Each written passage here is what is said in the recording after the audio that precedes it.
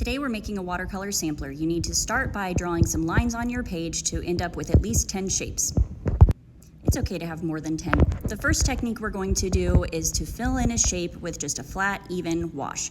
You can get your brush wet, swirl it around on the color you want to use, paint in the shape, trying to stay inside the lines, and then do your best to fill it in as evenly as possible. You can keep moving the paint around with just water on your brush as much as you need to.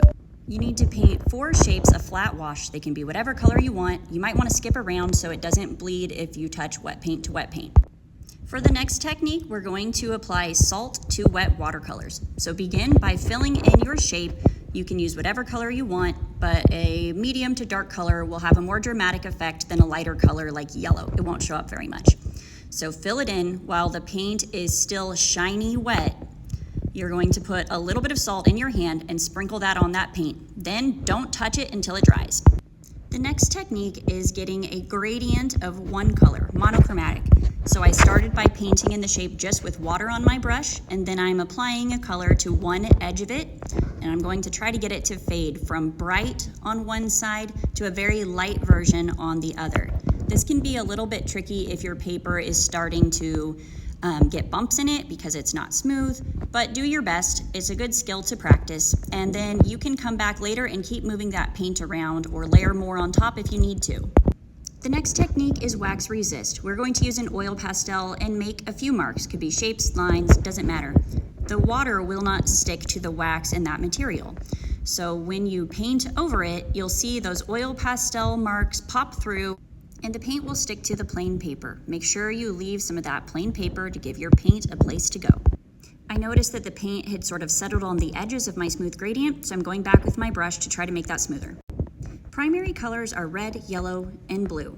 They can be used to create secondary colors. Your next technique is to do a primary color on one side of your shape, another primary color on the other side, and then mix it together to create a secondary color in the middle. So I chose red on one side and yellow on the other. I know that yellow is a weaker color than red, so I'm putting a little bit more yellow so it stands out and doesn't get overtaken. Then I just used water on my brush to blend those colors together, making the third in the middle. Do make sure that you are cleaning your brush before switching colors and only mixing on the paper. You don't want to get the paint all mixed up and messed up for whoever has to use it after you. The next technique is to combine 2 complementary colors. Complementary colors are opposites on the color wheel. When they're next to each other, they make the other one look brighter. When they mix together, it makes a neutral color. It's a way to make it darker or just a little bit less bright. So do the same technique we did with the primary colors, except make those complementary colors opposites on the color wheel, mix in the center of your shape. This will usually make a color that's close to a brown. The Crayola paint has a very yellowy orange and blue, so it almost turns a little bit more green in the middle than brown, but it's still a neutral color.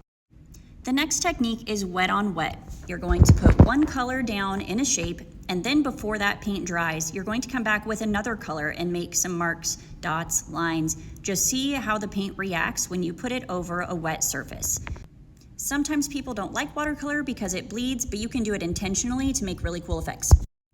Next, I'm going to show you how to lift paint off. You can make watercolors lighter after you've applied it. You just have to be careful. Wet your brush and then dab it on a paper towel so it's not drippy wet. Then start to paint the shape, the lines, the marks. Put the water where you want to lift some of that color away. Every time it starts to get fuzzy, dab your brush on the paper towel, wet it again, dab it, and then go right back to your paper. This takes a little practice, but it's a really good skill to have. You might accidentally get out of the lines and need to lighten that, or maybe you're just trying to put in some highlights. It's always best to leave white of your paper if you want it to be white in the end, but lifting is an important skill. The next technique is negative painting. Instead of painting a shape that you want, you're going to paint around that. I decided to make a heart because it was an easy example, so I painted the edge, and then instead of filling in the heart, I'm painting the negative space. Since watercolor is a translucent paint, you can see a bit of the original color through. This is a helpful skill to be able to clean up edges or just add details, depth, lots of uses. The last technique is wet on dry. Use wet paint and apply some sort of design on top of one of your dry, flat colors. This lets you see the difference when the paint is dry underneath. You can do lots of layering and detailing.